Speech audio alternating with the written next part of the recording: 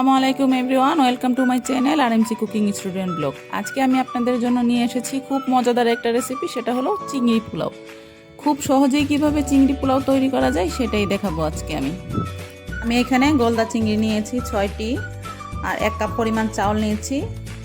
আমি এখন চলে যাব চিংড়ি পোলাওটা রান্না করতে।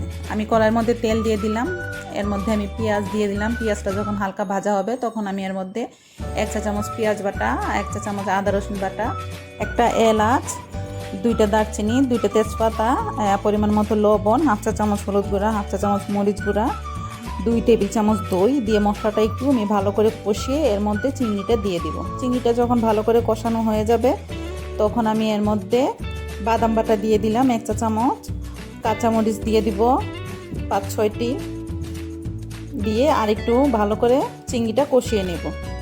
আমার বাসায় কিন্তু চিংড়ি পোলাওটা সবাই খুব পছন্দ করে, আপনারাও বাসায় ট্রাই করবেন, দেখবেন ছোট বড় সবাই খুব পছন্দ করবে।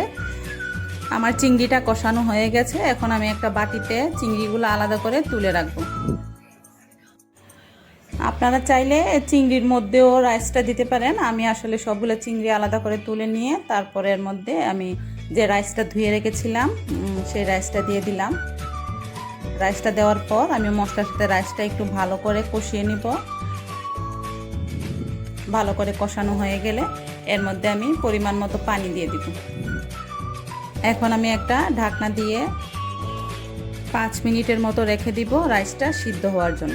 রাইসটা মোটামুটি সিদ্ধ হয়ে গেলে আমি এর মধ্যে পেঁয়াজ পাতা দিয়ে দিলাম। পেঁয়াজ পাতা দিয়ে আরও কিছুক্ষণ হালকাভাবে নেড়ে এর মধ্যে যে চিংড়িটা আমি তুলে রেখেছিলাম সেই চিংড়িটা দিয়ে একেবারে মিডিয়াম লোতে ঢাকনা দিয়ে রেখে দিব আরও 5 মিনিটের মতো। 5 মিনিটের মধ্যেই কিন্তু আমার রাইসটা পুরোপুরি হয়ে যাবে। এরপর এর মধ্যে 1 চা চামচ ঘি দিয়ে দিলাম। ঘি দেওয়ার পর আরও কিছুক্ষণ সময় আমি একটা ঢাকনা দিয়ে ঢেকে দিব। হয়ে গেল আমার চিংড়ি পোলাও। খুব সহজেই ঘরেই আপনারা তৈরি করতে পারেন এবং খুব দ্রুত তৈরি করা যায়, বাচ্চারা খুব পছন্দ করবে। আপনারা অবশ্যই বাসায় ট্রাই করবেন। আর আমার রেসিপিটি যদি ভালো লেগে থাকে তাহলে অবশ্যই আমার চ্যানেলটিকে সাবস্ক্রাইব করবেন এবং পাশে থাকা বেল আইকনটি ক্লিক করবেন। ধন্যবাদ। খোদা হাফেজ।